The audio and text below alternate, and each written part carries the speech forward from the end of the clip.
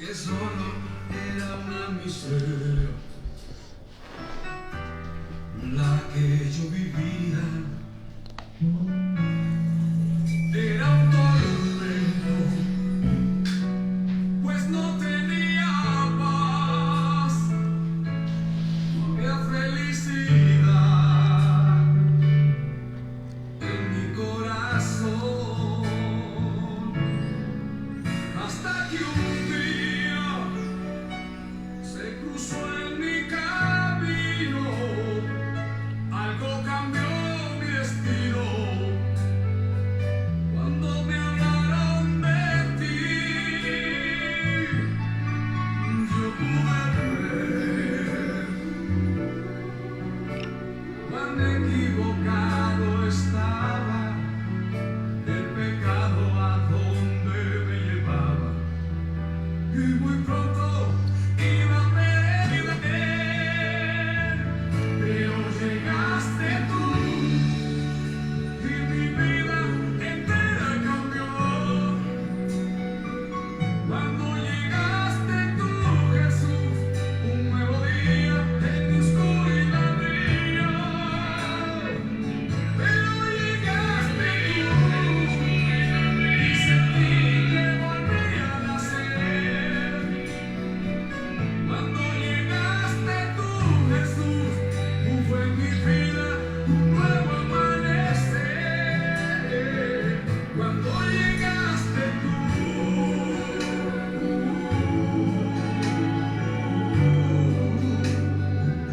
cuando llegaste tú.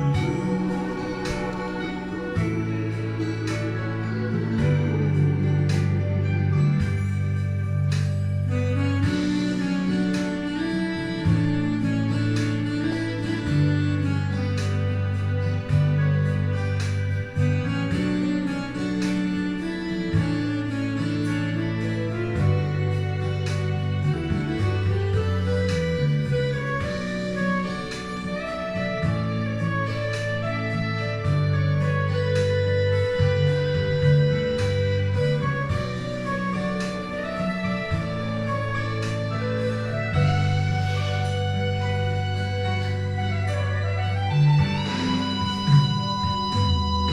llegaste tú y mi vida entera cambió. Cuando llegaste tú, Jesús, un nuevo día en mi oscuridad brilló. Pero llegaste tú y yo sentí que volví a nacer. Cuando llegaste tú, Jesús, fue en mi vida un nuevo amanecer. Cuando llegaste tú,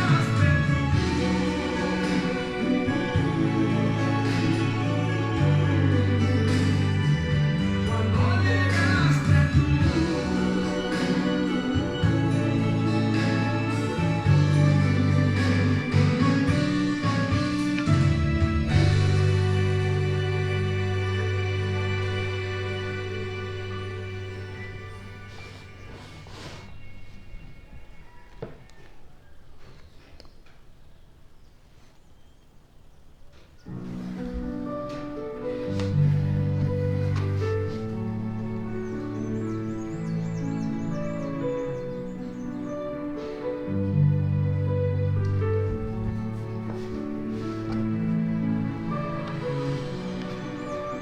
Bueno,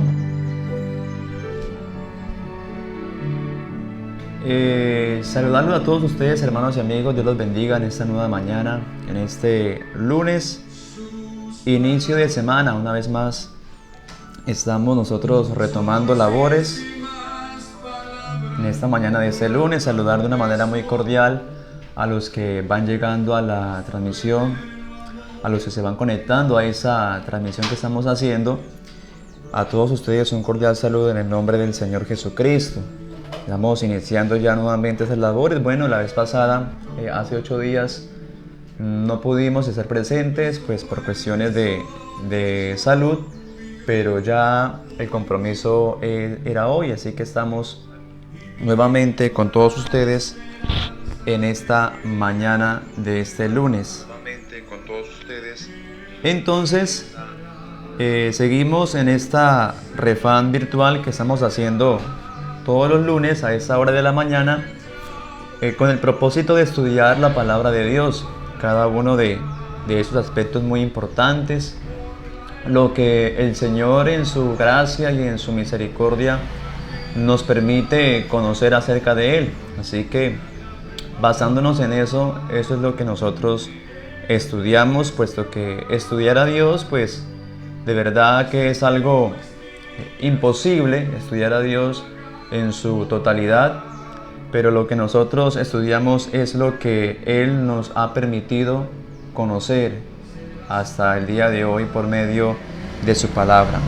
Así que un saludo muy cordial a todos ustedes los que van llegando a la transmisión, invitarlos para que de pronto puedan compartir también esta transmisión a otro lugar, en sus perfiles, en sus WhatsApp, en fin, para diferentes grupos, para que seamos mucho más quienes entremos en el estudio de la palabra de Dios. Déjenos sus saludos, desde donde se conectan, desde donde nos están sintonizando en esta mañana.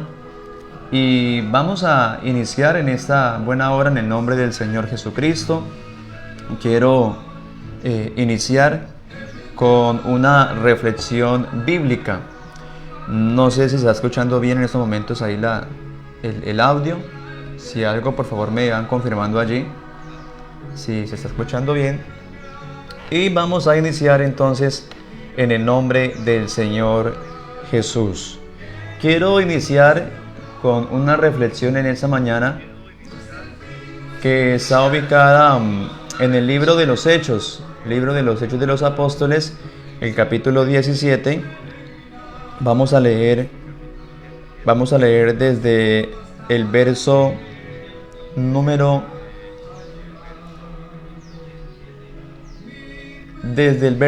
24 hasta el verso 30. Vamos a leer esos pasajes de la palabra de Dios, que a la letra dice: el Dios que hizo el mundo y todas las cosas que en él hay, siendo Señor del cielo y de la tierra, no habita en templos hechos por manos humanas, ni es honrado por manos de hombres como si necesitase de algo, pues Él es quien da vida a todos y aliento y todas las cosas. Y de una sangre ha hecho todo el linaje de los hombres, para que habiten sobre la faz de la tierra, y les ha prefijado el orden de los tiempos y los límites de su habitación, para que busquen a Dios, si en alguna manera, palpando, puedan hallarle, aunque ciertamente no está lejos de cada uno de nosotros. Porque en Él vivimos, y nos movemos, y somos. Como algunos de vuestros propios poetas también han dicho, porque linaje suyo somos. Siendo pues linaje de Dios, no debemos pensar que la divinidad sea semejante a oro, o plata, o piedra, escultura de arte y de imaginación de hombres. Pero Dios, habiendo pasado por alto los tiempos de esta ignorancia, ahora manda a todos los hombres a que se arrepientan, por cuanto ha establecido un día en el cual juzgará al mundo con justicia, por aquel varón a quien designó, dando fe a todos, con haberle levantado de los muertos. Pero cuando oyeron lo de la resurrección de los muertos, unos se burlaban y otros decían: ya te oiremos acerca de esto otra vez. Y así Pablo salió de en medio de ellos, mas algunos creyeron, juntándose con él, entre los cuales estaba Dionisio, el Areopagita, una mujer llamada Damaris, y otros con ellos. Gloria al Señor Jesús. Bueno, aquí miramos una importante reflexión que nos relata el libro de los Hechos de los Apóstoles en el capítulo 17, y es precisamente una discusión que tiene el apóstol Pablo con los varones de Atenas, con un grupo de pensadores, de filósofos, de gente muy importante, en donde Pablo hace una visita y bueno, mira la ciudad llena de muchos ídolos. mira las estatuas de las ciudades de diferentes dioses, en fin, la gente, los atenienses, como habíamos visto la reflexión pasada, eran hombres muy pensantes, muy filósofos, hombres que medían al hombre por su capacidad de pensar. Y en medio de este pensamiento, pues adoraban muchos dioses. Y en medio de esos dioses tenían un lugar establecido que decía el Dios no conocido. Sí, es precisamente Pablo quien se interesa por hablar con ellos y hablarles precisamente de ese Dios no conocido a quien ellos adoraban, pero que no sabían quién era. Entonces Pablo aprovecha la oportunidad para mostrarles al Dios que a ellos les faltaba por conocer y al único Dios verdadero, hablando de Jesucristo. Y le hace una muy interesante refutación acerca de sus pensamientos y les habla de cómo sus pensantes, sus poetas, sus filósofos, pues tienen una gran capacidad acerca del pensamiento del hombre y de tantas cosas de la vida, pero luego de todo esto Pablo le dice que ahora en esos tiempos, Dios pasando por alto los tiempos de esa ignorancia de ellos, de no conocer al verdadero Dios, ahora ha establecido y hace un mandamiento, y es que todos los hombres se arrepientan, por cuanto ha establecido un día en el cual juzgará al mundo con justicia por aquel varón a quien dio a fe con haberlo levantado de los muertos, hablando de Jesucristo. Y es precisamente lo que miramos hoy en día también, si nos trasladamos a ese tiempo en el que nosotros nos movemos, estamos, pues es también la enseñanza que también sigue haciendo Dios por medio de su palabra, y es que las gentes, las personas se arrepientan en medio de este tiempo de ignorancia, pues el hombre en todo su afán día a día, pues vive practicando muchas cosas.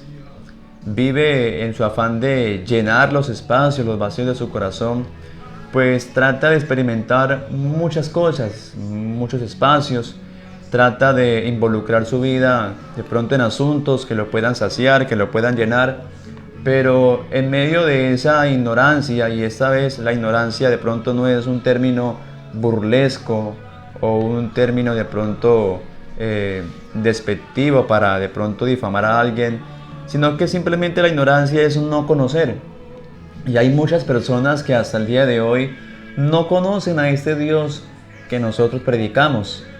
Y en medio de esa ignorancia, Dios manda a los hombres a que se arrepientan, a que hagan un alto y a que puedan conocer a Dios, a que puedan interesarse por Dios, en conocerlo a Él, en describirlo. Amén. Así que esa es la invitación que seguimos haciendo en el día de hoy, de que la gente haga un alto en su camino, de que ya se ha dado cuenta de que muchas de esas cosas que intenta, de que realiza con el propósito de sentir satisfacción, de sentir una plenitud en su vida, pues no lo puede lograr, solamente lo logra por un momento, pero que la verdadera plenitud la encuentra en Jesucristo. Y algo muy importante que resalta el apóstol Pablo es que aprovechar estos tiempos en que todavía la palabra se está predicando, en que todavía Dios está abriendo sus brazos de misericordia para que podamos llegar al conocimiento de Él.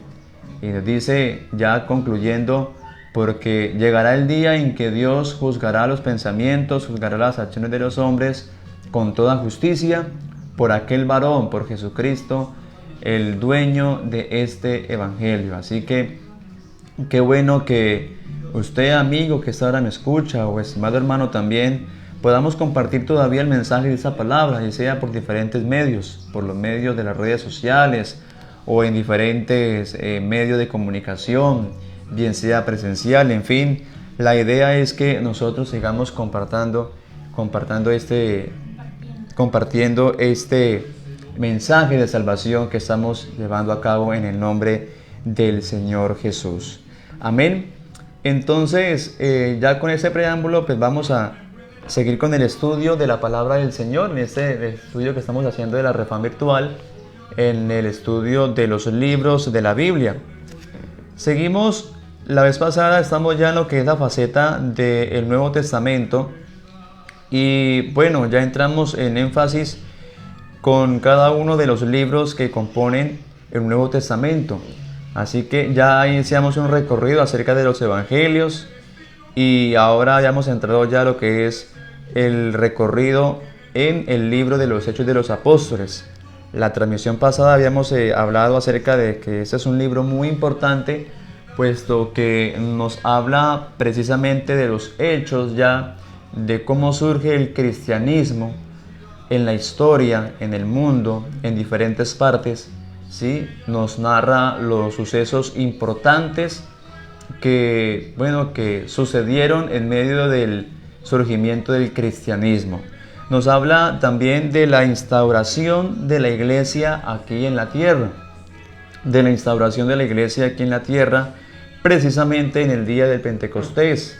Entonces habíamos hablado de este tema la transmisión pasada y también habíamos hablado acerca de cómo los que rechazaron el mensaje de Jesús, el mensaje del Evangelio, pues levantaron también su persecución en contra de esas personas que venían predicando a este crucificado, a este Cristo crucificado.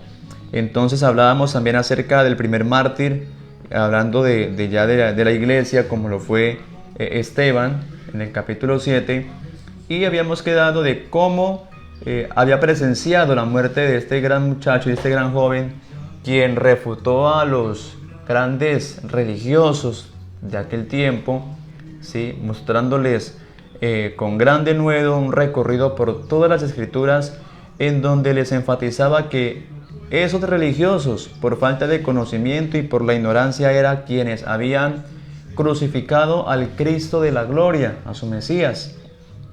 Y los grandes religiosos, pues al ver que eran confrontados, les redargüía su corazón, a tal punto que procedieron fue a la cruel tarea de martirizar, de apedrear a este muchacho llamado Esteban. Y entre esos que presenciaron la muerte de este gran hombre de Dios, pues estaba precisamente un hombre llamado Saulo de Tarso, y fue ahí donde nosotros quedamos la vez pasada, donde miramos que este hombre fue quien presenció como tal el martirio de este joven llamado Esteban. Y es también Saulo un hombre muy importante dentro del desarrollo del libro de los Hechos y de todos esos acontecimientos, pues miramos cómo Dios nos muestra su obra, en donde también se hace una gran claridad de que Dios no hace acepción de personas. Saulo tenía un pasado muy oscuro, un pasado muy cruel, pues es quien se enfatiza en ir a perseguir a la iglesia, ir a perseguir a los que predican este evangelio, y recibe poderes, cartas, derechos, autoridad de los religiosos, de las autoridades, para emprender esta persecución contra esos cristianos.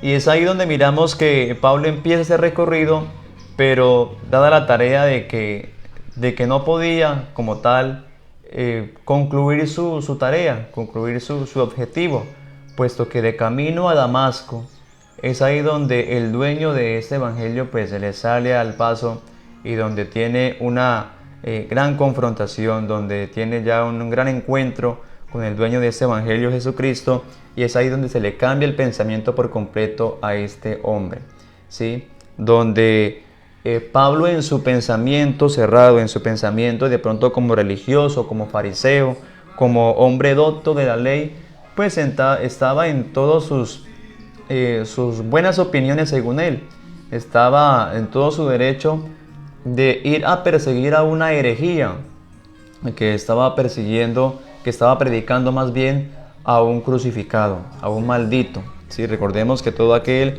que era crucificado, que era colgado en una cruz, pues según la ley era considerado como un maldito.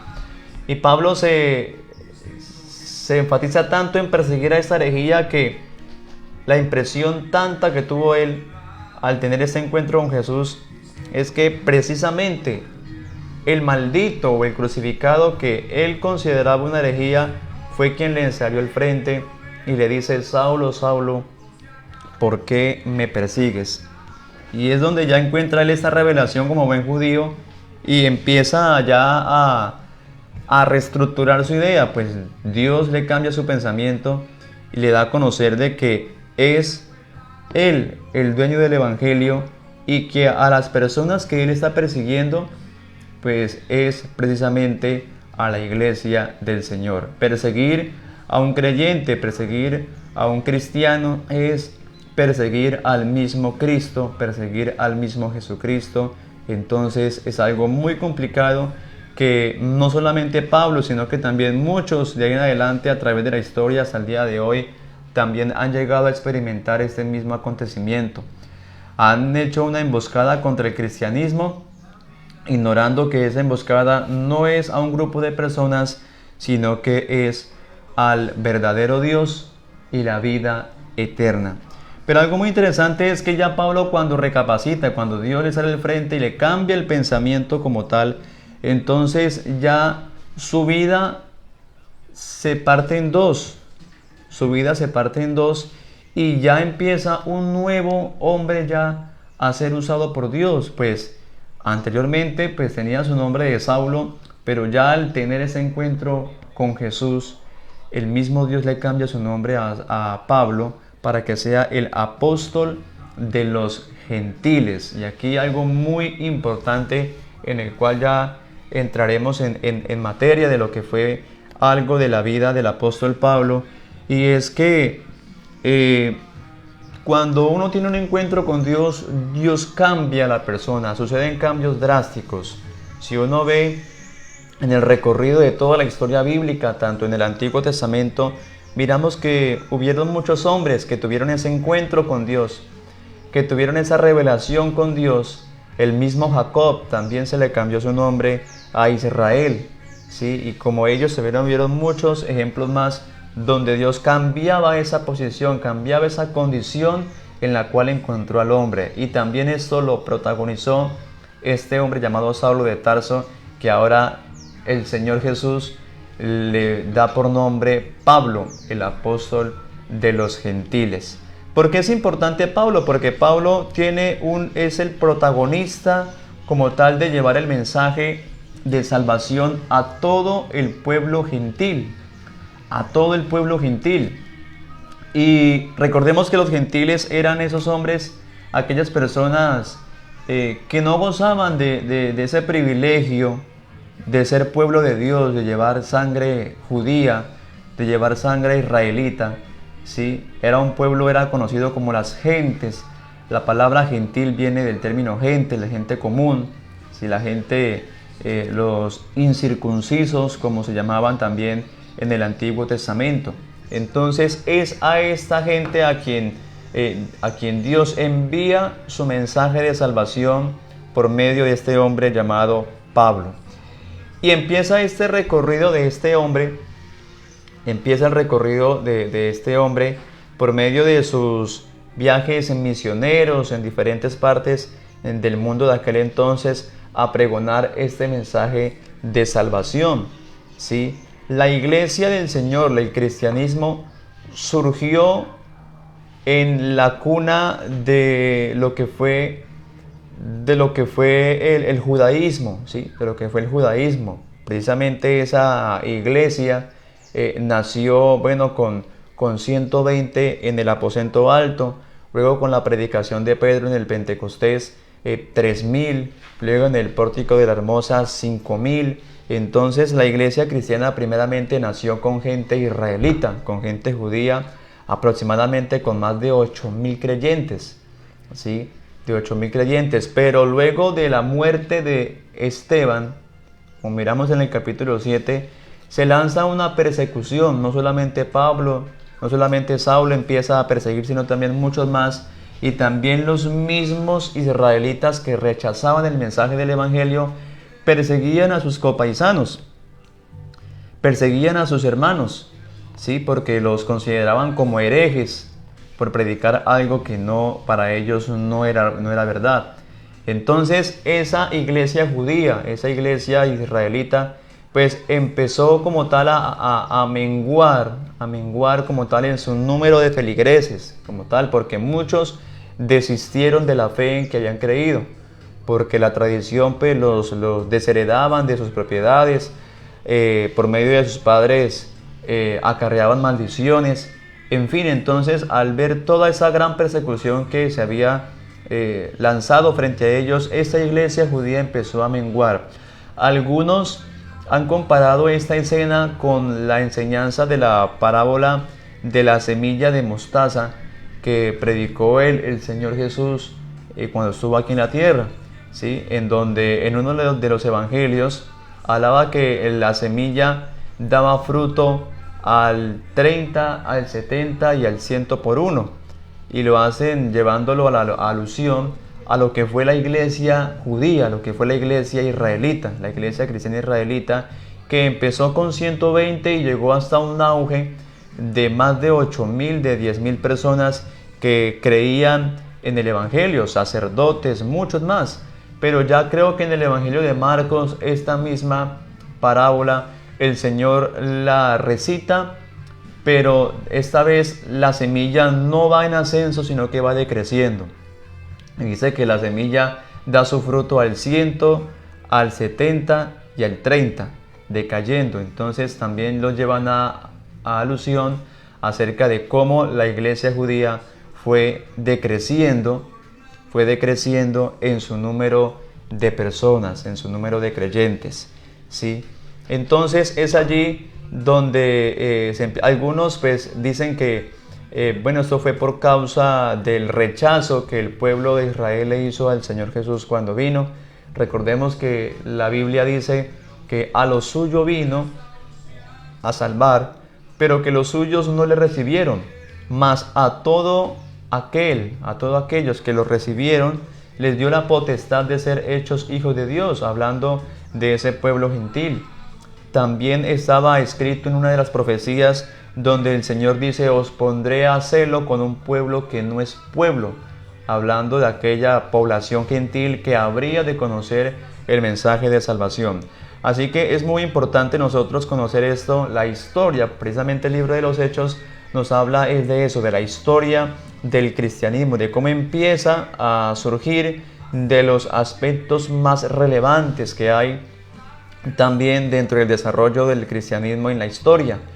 Y también algo muy importante es que Pablo como tal se le da la tarea de encaminar al pueblo gentil al conocimiento de Dios. Y mientras decrecía la iglesia judía, entonces se establecía allá en el capítulo 10 de los Hechos el nacimiento de la iglesia gentil, de la iglesia cristiana gentil, allá en la casa de Cornelio. Precisamente el apóstol Pedro es a quien se le da la tarea y el privilegio, ¿sí?, de también abrir la predicación al pueblo gentil. Recordemos que el Señor Jesús le había dicho estas palabras a Pedro por allá en Mateo 16, donde el Señor le pregunta a sus discípulos: ¿quién dice que es el Hijo del Hombre? Y ellos respondieron: pues unos dicen que eres Elías, otro que eres Juan o alguno de los profetas. Y enseguida les refirió esa pregunta a sus discípulos y les dice: ¿y vosotros quién decís que soy? Y entonces Pedro tuvo esa revelación donde dice: tú eres el Cristo, el Hijo del Dios viviente. Y enseguida la respuesta que el Señor da es: bienaventurado eres Simón, Pedro, hijo de Jonás, porque esas palabras no te lo reveló carne ni sangre, sino mi Padre que está en los cielos. Y a ti, Pedro, te daré las llaves del reino. Esas llaves del reino precisamente eran las llaves de la predicación, la apertura de la predicación del Evangelio. Y el apóstol Pedro fue el protagonista de abrir el mensaje de la predicación del Evangelio. Lo abrió allá en el Pentecostés, luego del derramamiento del Espíritu Santo frente a esa multitud de más de 3.000 personas, donde abrió el mensaje de la predicación del Evangelio para el pueblo judío, para el pueblo de Israel y de los que estaban allí. Y también se le da la oportunidad y el privilegio de abrir la puerta de la predicación al pueblo gentil allá en la casa de Cornelio en Hechos 10. Es allí donde ya se empieza a registrar cómo Cornelio, un hombre, un centurión, un soldado romano, que era obediente y era temeroso de Dios, pues cree junto con toda su familia y Dios confirma esa palabra ya por medio del derramamiento del Espíritu Santo. Y eso es una enseñanza muy bonita porque vemos cómo la gracia de Dios se extiende a toda persona, no hace acepción de personas. Gloria al Señor Jesús. Por eso en Israel siempre existió esa discriminación racial. Ellos se consideraban de pronto los muy dotados, los muy privilegiados por conocer a Dios, por ser el pueblo elegido por Dios. Porque ustedes recuerdan, si leen ese capítulo 10 del libro de los Hechos, cómo Dios tiene que confrontar a Pedro para decirle que el evangelio también se tenía que extender al pueblo gentil. Pedro tiene un éxtasis donde ve animales inmundos, en donde ya en medio del éxtasis el Señor le dice: Pedro, mata y come. Y en donde ya Pedro, pues al conocer como buen judío, conocía que eso era inmundo, y decía: Señor, pues en mi boca no ha entrado cosa inmunda. Y la respuesta del Señor fue: no llames tú como un inmundo a lo que yo he purificado, he santificado. Entonces, dándole a entender que ese pueblo gentil, a quien ellos consideraban inmundos, consideraban lo peor, pues también estaban gozando ahora de tener la salvación que tenemos ahora, la salvación que ellos también se les había dado. Entonces miramos que ahí se empieza a expandir como tal la predicación para el pueblo gentil. Y se abre por esa puerta por medio del apóstol Pedro, y ya Pablo es el encargado de ir a extender más esta obra. Por allá en una de las reuniones que hacen los discípulos, pues llegan a esa conclusión, donde dice la palabra de Dios que Pedro es enviado a predicar el evangelio a los de la circuncisión, y Pablo junto con su compañero también iban a ir a predicar el evangelio a los de la incircuncisión. Entonces nos da por entendido de que Pedro junto con sus demás hermanos pues predicaban el evangelio a los de su casa, a los judíos, a los de sangre israelita, y el apóstol Pablo junto con su compañero, con Bernabé y los demás, pues predicaban el evangelio a los gentiles, al pueblo gentil. Así que es muy importante tener en cuenta estos registros que nos da la palabra del Señor. Recordemos que estamos mirando un poco de énfasis en lo que trata cada uno de estos libros del Nuevo Testamento, pues para cuando nosotros estemos estudiando la palabra de Dios, pues tengamos una idea básica de lo que vamos a encontrar en cada uno de estos libros. Quiero seguirlos invitando, por supuesto, a que nos interesemos por el estudio de la palabra de Dios, de estos hechos tan importantes que de verdad son de gran bendición para nosotros conocer la historia del cristianismo. Yo creo que todo aquel que es cristiano, todo aquel que tiene ese rótulo de cristiano, de evangélico, recordemos que cristiano es aquel que sigue a Cristo, un seguidor de Cristo, y el evangélico es aquel que predica este evangelio. Sí, así que nosotros debemos tener esa responsabilidad de conocer la historia nuestra, de conocer cómo surgió este evangelio, cuáles fueron los hechos que trascendieron, que antecedieron también a la predicación de este evangelio. Así que yo creo que es una tarea muy importante que nosotros como creyentes, como profesantes de este evangelio, debemos conocer, para que todo aquel que nos indague a nosotros acerca de nuestra fe, acerca de lo que creemos, de quién hemos creído, de cómo surgió esto, también podamos tener nosotros la idea clara, los conceptos claros, podamos tener la respuesta correcta acerca del surgimiento de la iglesia, y más a nosotros como elegidos por Dios, esos gentiles que no tenían esa oportunidad, de cómo Dios abrió esa puerta a los gentiles también en la predicación del evangelio. La Biblia en el libro de los Hechos nos muestra a una iglesia que surge aquí, que se establece aquí en la tierra, con muchas cosas hermosas, con muchas cosas impactantes. Pues nosotros nos gusta ver esas escenas en donde se glorifica a Dios, en donde Pedro y Juan oran por aquel por aquel cojo ahí en el templo y es sanado, donde Pablo reprendía a los demonios de adivinación, en fin, de tantas cosas, de tantos milagros que sucedieron, de cómo la gente se sanaba con la sombra de Pedro cuando pasaba Pedro, en fin, de todos estos hechos. Y entonces como que acogemos todos estos hechos y algunos de pronto por falta de indagar un poco más, por falta de pronto de profundizar, pues llegan a comparar la iglesia de aquel entonces con la iglesia que tenemos hoy,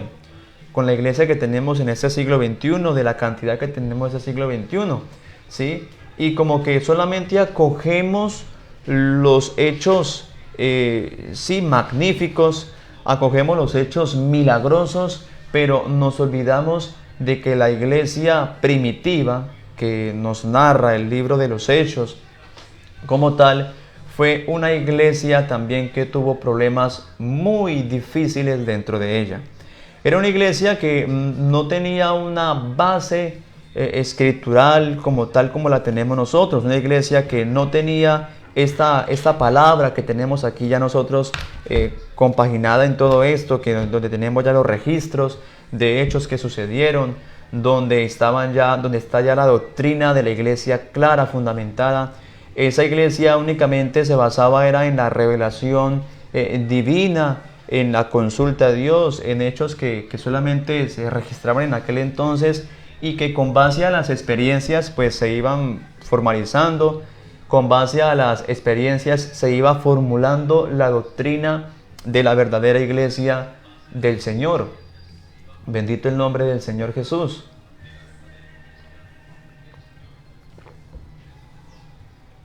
Así que es muy importante tener en cuenta esto.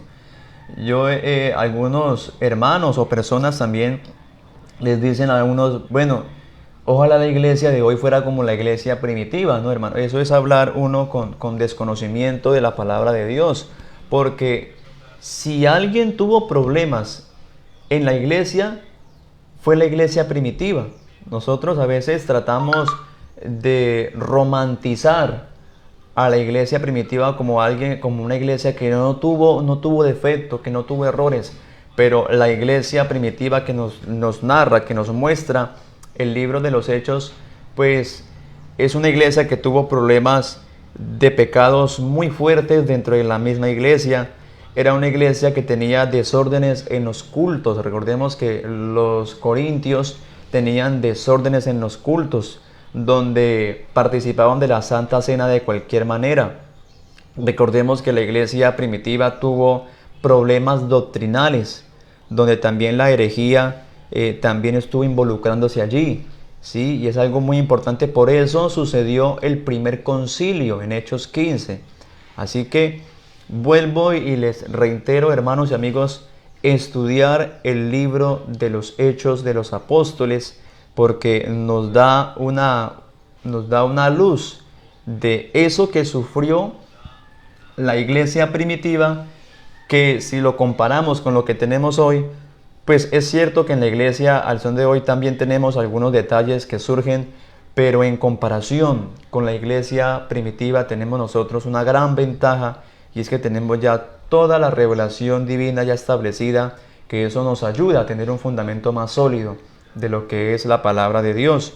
Recordemos que en la iglesia primitiva, ese concilio que sucedió allá en Hechos 15, donde los apóstoles se reunieron, fue precisamente para combatir una falsa doctrina que se estaba introduciendo en la iglesia a los creyentes que estaban recibiendo el evangelio, a los primeros creyentes, ¿sí? Que fue el judaísmo, en donde ya los que creían al evangelio, los judaizantes, aquellos judíos que creían de cierta manera, pues estaban mezclando las prácticas, los rituales de la ley mosaica, querían introducírselas a la iglesia gentil, a la iglesia de Cristo. Y eso llevó a una gran problemática. Recordemos lo que sucedió allá también en la iglesia de Galacia, donde Pablo les envía esa carta a los Gálatas, en donde los confronta, en donde les dice que ellos recibieron la promesa fue por medio de la fe en Cristo y no por medio de la ley. Entonces, ya ellos apostataron de la gracia de la fe en Cristo por las prácticas de la ley. Entonces ese concilio que se hace allá en Hechos 15 es precisamente para debatir ese asunto, Y ese capítulo 15 del libro de los Hechos, pues es muy importante porque nos muestra unos puntos, precisos, puntos para tener en cuenta en cuanto al propósito de Dios con la iglesia, con el pueblo gentil y con Israel. Nos muestra unos aspectos muy importantes para tener en cuenta en el desarrollo de la iglesia. Y cuando usted lee este capítulo 15 del libro de los Hechos, va a comprender el propósito de Dios y los planes que tiene Dios tanto con Israel como con la iglesia. Y es ahí donde podemos nosotros diferenciar lo uno de lo otro.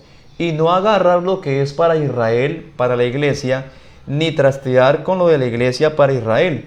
Las cosas llevan un orden y Dios lo ha establecido así.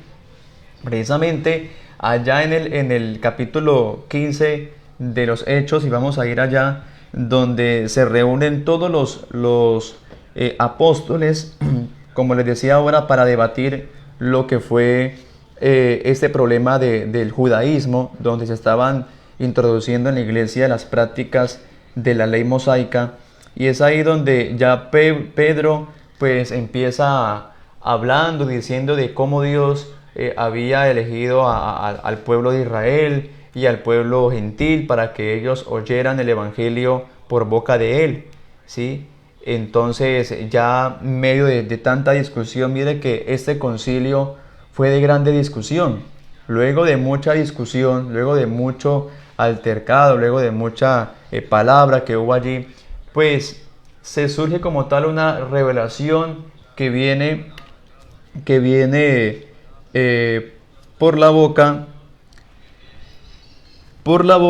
de uno de los discípulos,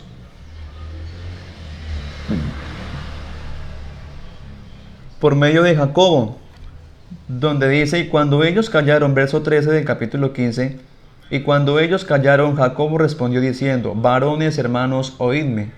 Simón Pedro ha contado cómo Dios visitó por primera vez a los gentiles para tomar de ellos pueblo para su nombre. Entonces miramos aquí el primer propósito que Dios tiene con la predicación del evangelio al pueblo gentil. La predicación del evangelio al pueblo gentil es precisamente porque Dios quiere tomar un pueblo para su nombre. No es más. Eso es lo que abarca el periodo de la gracia. Eso es lo que abarca el periodo de esta dispensación de la iglesia, de la dispensación de gracia, en donde el mensaje del evangelio que nosotros predicamos es para que el hombre pueda hacer parte de ese pueblo de Dios, de ese pueblo para su nombre, que es la iglesia, es el propósito como tal.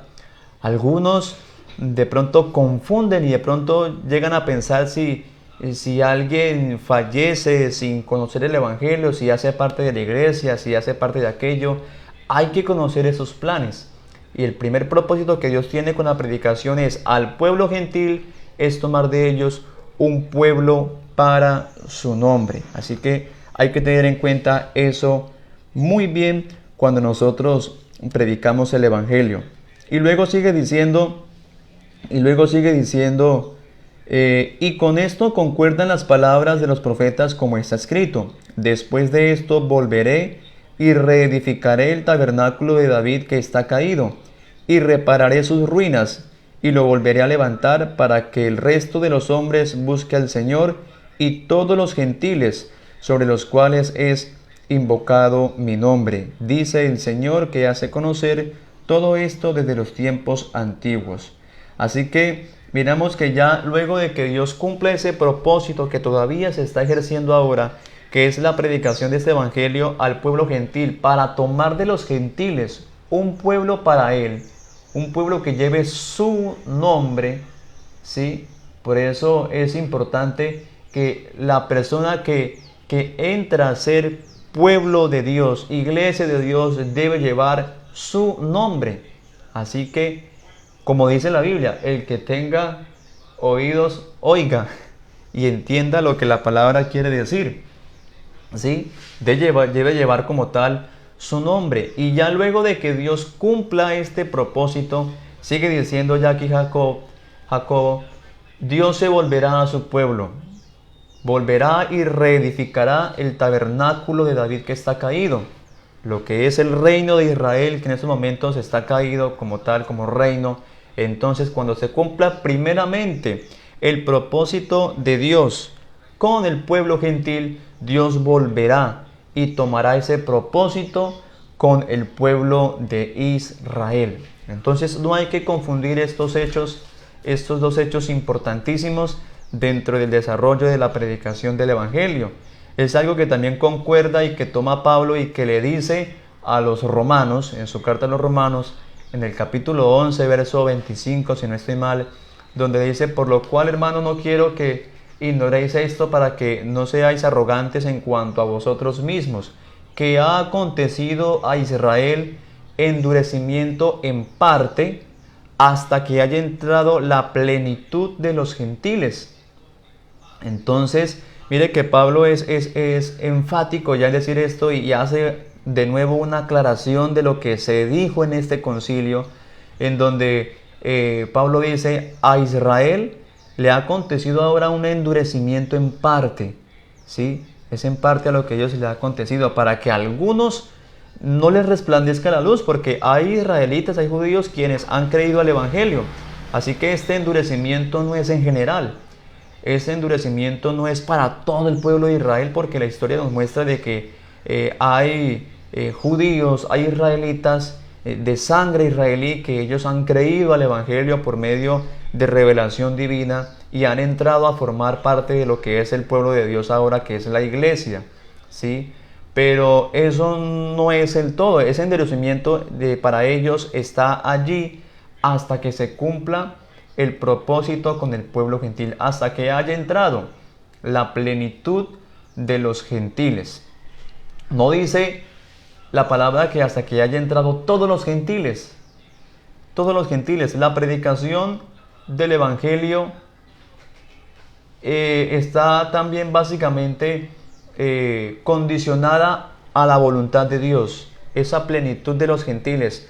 Los hombres gentiles que entren a este Evangelio están ya bajo el propósito y la voluntad de Dios. Algunos dicen que este Evangelio tiene que ser predicado en todo mundo hasta lo último de la tierra, pero es también un desconocimiento de lo que habla la palabra de Dios, porque el Evangelio que será predicado hasta lo último de la tierra, por todo el alrededor de la tierra, será el Evangelio del reino, un Evangelio distinto, que es un Evangelio para el pueblo judío, para el pueblo de Israel. No es el Evangelio de gracia, no es el Evangelio de reconciliación que el Señor nos mandó a predicar.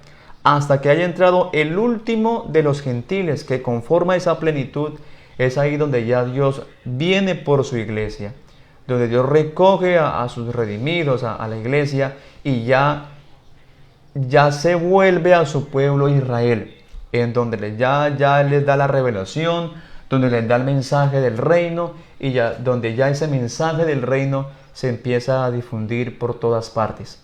Entonces, qué bueno que nosotros aprendamos a diferenciar estos planes. Hay un proyecto un plan, por decirlo así, un plan de Dios Iglesia y un plan Dios Israel. Son dos proyectos, dos planes muy distintos que nosotros debemos conocer la diferencia del uno y del otro para no mezclarlos entre sí y no sacar cosas, no traer cosas que son del pueblo de Israel para la iglesia. Precisamente por el desconocimiento de esas cosas es que han surgido doctrinas erróneas en donde se mezcla uno con lo otro, en donde hay iglesias, por decirlo así, que se dicen evangélicas o cristianas, en donde hacen prácticas de la ley, en donde guardan ciertos ritos, en donde realizan cierto tipo de ceremonias que pertenecían allá al culto mosaico, a la ley levítica, y lo traen para la gracia. No, como tal, no hay una relación con eso. No se puede mezclar la ley con el evangelio, la ley con la gracia.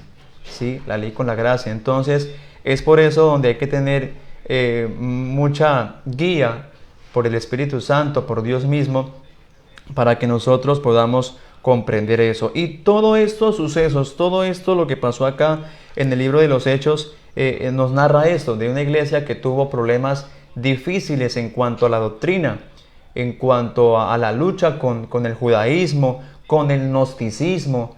Recordemos que también Pablo, cuando fue allá a predicar a Atenas, cuando tomamos el texto en el que hicimos la reflexión iniciando esta transmisión, donde se enfrentó con estos grandes filósofos, con esta gente erudita en el pensamiento, en fin, de tantos poetas. Recordemos que hasta un Pablo les recitaba a ellos los poetas que ellos seguían, ¿sí? Hombres que creían en esos pensadores, en esos pensamientos de personas importantes, y no creían en el Evangelio. Y cuando les expone el Evangelio, entonces hay una problemática. Pablo fue perseguido, fue encarcelado precisamente por la predicación de este Evangelio. Entonces fue una iglesia que tuvo una mezcla de muchas cosas. Una iglesia que no tuvo un orden, ¿sí?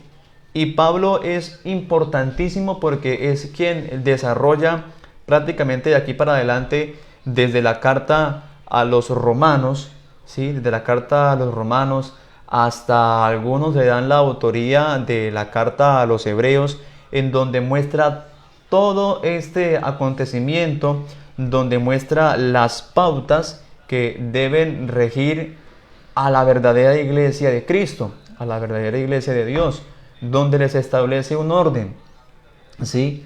Pablo arranca su viaje misionero, ¿sí? Dentro de este libro de los Hechos, sus viajes misioneros en diferentes partes. En Éfeso también se enfrentó a la idolatría, ¿sí? Donde allá algunos adoraban a lo que era la diosa Diana de los Efesios, en donde sí, promulgaban como tal el templo de la gran diosa Artemisa, en fin, donde se encontraba con este panorama, y también tuvo que luchar contra el paganismo, contra la herejía como tal, donde también surgió un problema en la iglesia de Corinto, que también había adoptado ciertas prácticas del culto pagano que se realizaba en Éfeso, ¿sí?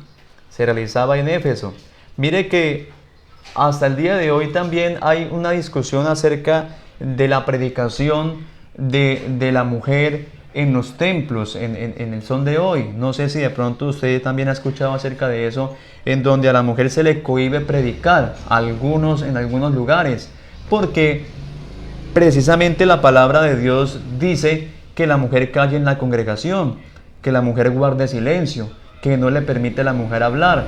En fin, entonces estas cosas que se registran ahí es porque se ha desconsiderado el contexto, el panorama histórico en el que se vienen dando las cosas, ¿sí? En el que se vienen dando las cosas. Porque si nosotros miramos que la Biblia dice eso, y Pablo escribió a Timoteo de que la mujer no les permitió enseñar ni predicar, de que también se le escribe de que callen la congregación como tal a los corintios, hay que mirar por qué se le dijo eso. Hay que consultar qué estaba pasando, qué hechos estaban sucediendo, para que el apóstol tuviera esa iniciativa de mandar esas cartas a esas iglesias para corroborarlos, para corregirlos de esa enseñanza. Entonces es ahí donde tenemos que ser nosotros diligentes y no tomar un texto, un versículo como una doctrina, como una enseñanza como tal. Recordemos que los capítulos y los versículos que están establecidos en la Biblia no es porque desde antes se haya registrado así como tal, sino que ya con el tiempo se introdujeron los capítulos, los versículos, para que el lector lleve un orden de lectura, lleve un orden mejor en cuanto a la lectura bíblica. Pero las palabras que antiguamente estaban tanto en el Antiguo Testamento y de pronto también en los escritos que mandaba Pablo, no eran escritos de capítulos ni de versículos, ¿sí? Eran cartas que se enviaban entre las iglesias para que se conociera la problemática y para corregir como tal la doctrina y las cosas que estaban sucediendo.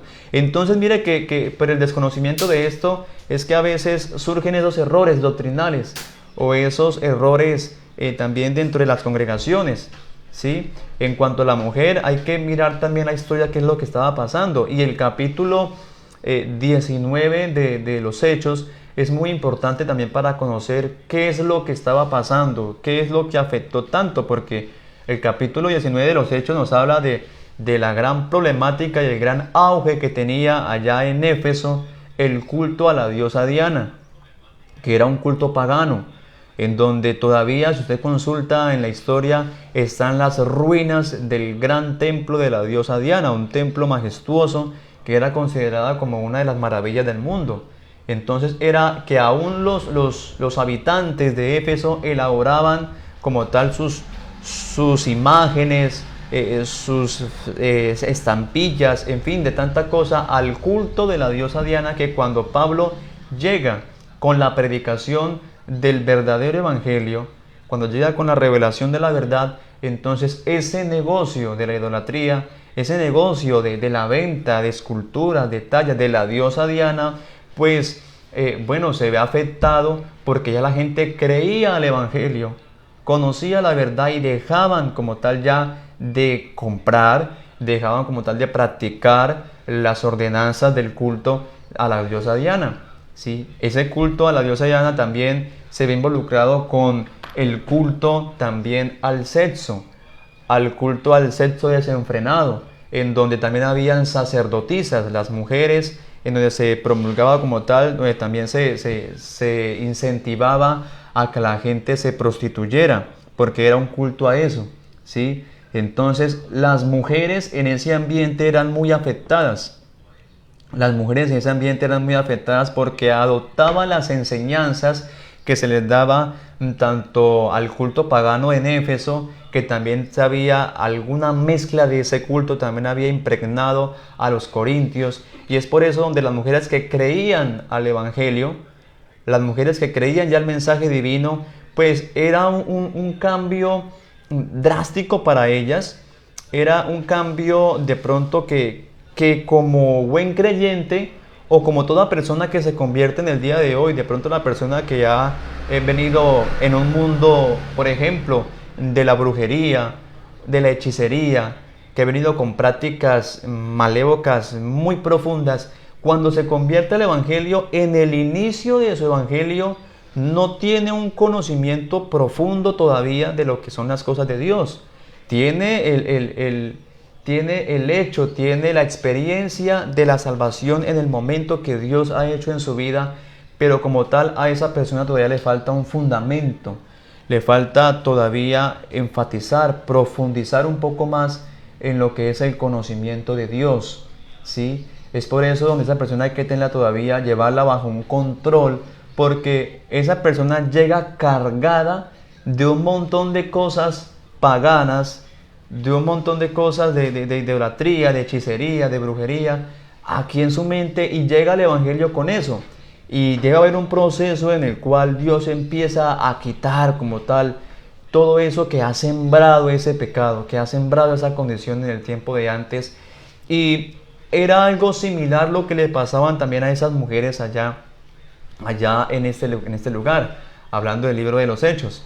Esas mujeres que creían al evangelio venían todavía impregnadas con el culto pagano, con las palabras paganas, con los ritos, con tantas cosas que venían de ese culto que se le hacía a esos dioses, a esas diosas allá. Entonces, precisamente Pablo, en medio, para darle un orden a la iglesia en ese momento, es donde envía estas cartas y aconseja a Timoteo, pastor de la iglesia, y también aconseja a los corintios de que la mujer tenga un regulador en medio del culto mientras ella se va formando, mientras ella va entrando en el conocimiento como tal de este Cristo. Por eso le dice que calle en la congregación, porque hasta el son de ese momento la mujer todavía no tenía un conocimiento pleno de lo que es Cristo. Ella lo que venía como tal impregnada era de ese paganismo en el cual se formó, se levantó y se le impregnó hace mucho tiempo atrás en ese ambiente. Entonces, cuando nosotros conocemos la historia de las cosas, conocemos qué es lo que estaba pasando, podemos así darle una correcta interpretación a lo que son los textos los textos bíblicos, esos textos como controversiales que habla la palabra del Señor. Y es por eso que Pablo pues enfatiza mucho en dar esta corrección, ¿sí? Pablo enfatiza mucho en dar esa corrección para que la iglesia pues sea bien formada, la iglesia sea bien establecida. Recordemos que a los Gálatas, cuando se le introduce el tema de la ley y esas prácticas de la ley, dice Pablo: otra vez tendré que sufrir con dolores de parto hasta que Cristo haya otra vez sido formado entre vosotros. O sea, es un trabajo que como que Pablo vio perdido en ese momento y como que dice: otra vez tendré que volver a retomar las enseñanzas, otra vez, para que ustedes estén otra vez allí formados como deben de ser, ¿sí? A los Corintios también les escribe que acerca del orden, lo que es el capítulo 12, 13 y 14 de la carta a los Corintios, su primera carta, les habla Pablo también acerca del orden del culto pentecostal. La gente únicamente lo que hacía en ese entonces era reunirse y lo que hacía era hablar en lenguas todo mundo y un desorden por completo. La cena del Señor, cada quien la hacía a su gusto, a su manera, y comía lo que quisiera, y eso desperdiciaban comida y botaban, en fin, era un desorden por completo. Entonces Pablo tiene que llegar allá o mandar esa carta para que ellos darles una claridad, darle un orden de las cosas, porque si hay alguien que es ordenado, es precisamente el dueño de este evangelio.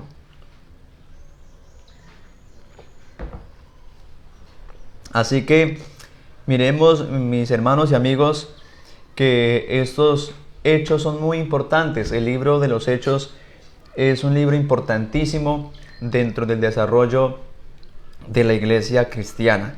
Y es ahí donde ya se encuentran más adelante las diferentes cartas. La carta a los romanos, que es una carta importantísima, ¿sí? La carta de los romanos, que es una carta importantísima, en donde ya Pablo empieza a mostrar como tal lo que es la doctrina de la justificación ya para el ser humano, ¿sí? Esa carta a los romanos, aunque no fue la primera carta que se escribió, que escribió el apóstol Pablo, se dice que fue como la cuarta carta que él escribió, pero está encabezando las epístolas, está encabezando las cartas paulinas, precisamente por la importancia doctrinal que tiene la carta a los romanos. Así que es una carta muy buena en donde nosotros vamos a conocer cómo Dios muestra su gracia, muestra su justificación, en cómo Pablo también hace una diferencia entre lo que es la ley, entre lo que es también la gracia, en donde Pablo también le muestra, se dice que esa carta a los romanos, Pablo se la envía a unos creyentes en Roma, y esos creyentes esta iglesia estaba formada por creyentes que habían creído al mensaje del evangelio en el día del Pentecostés. Como tal, Pablo no fue y formó una iglesia en Roma, ¿sí? Se dice según la historia, sino que esa iglesia ya había sido formada, fue por gente que en el día de Pentecostés, en la predicación de Pedro, pues creyeron al evangelio, y gran parte de judíos también como tal, ellos llegaron a Roma, se establecieron en Roma y empezaron a organizar un grupo de predicación, un grupo que ya se formó como una iglesia. Y ya por eso Pablo es que, como escribe en su primer capítulo de la carta de los romanos, dice que está con ansias, con gran deseo de ir a verlos a ellos en Roma, ¿sí? Para hablar de esas cosas. Y es ahí donde empieza también Pablo a hacer un orden también acerca de la doctrina de la justificación, en donde ya estos creyentes que hayan creído que eran judíos, pues como tal, también estaban induciendo a los que creían en Roma, gentiles, de que la justificación era por la ley, de que la justificación era por las obras de la ley.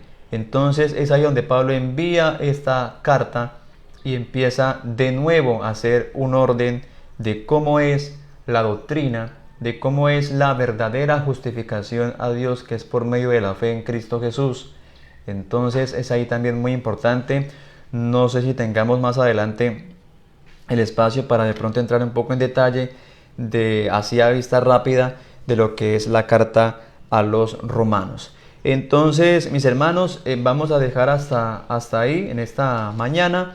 Hemos culminado como tal lo que es el libro de los Hechos y básicamente, pues con la ayuda del Señor, estaremos en la próxima transmisión, pues dando una ojeada a lo que sería las diferentes cartas así rápidamente, aunque ya hemos hablado de algunas de ellas en esta enseñanza, pero trataremos de pronto de tomar algunos puntos importantes en lo que es la carta a los romanos y ya lo que vendría siendo más adelante ya que son las cartas generales, ¿sí? Las cartas generales, porque recordemos que esta sección del Nuevo Testamento pues como tal está dividida en estas partes, lo que son lo que le llaman evangelios, aunque decimos que hay un solo evangelio, pero estos 4 evangelistas, Mateo, Marcos, Lucas y Juan, que ya los miramos, entramos ya a lo que fue el libro de los Hechos de los Apóstoles y parte de lo que son ya las cartas paulinas. Y ya entraríamos ya luego a ver lo que es las cartas generales y luego ya los libros o el libro apocalíptico o de revelación, que ya es el último, como es conocido como Apocalipsis.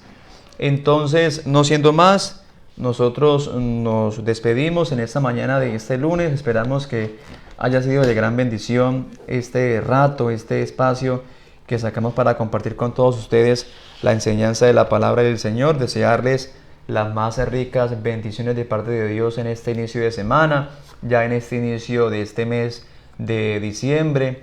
Decirles que adelante con el Señor, de que lo que nos falta es muy poco.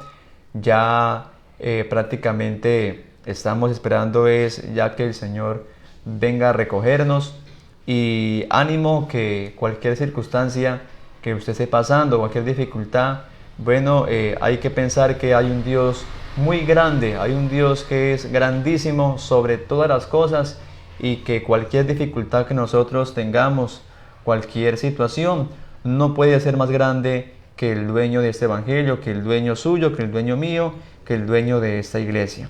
Así que yo me despido en el nombre del Señor Jesús. Nos veremos en otra ocasión y bueno, bendiciones y que el Señor Jesucristo los bendiga.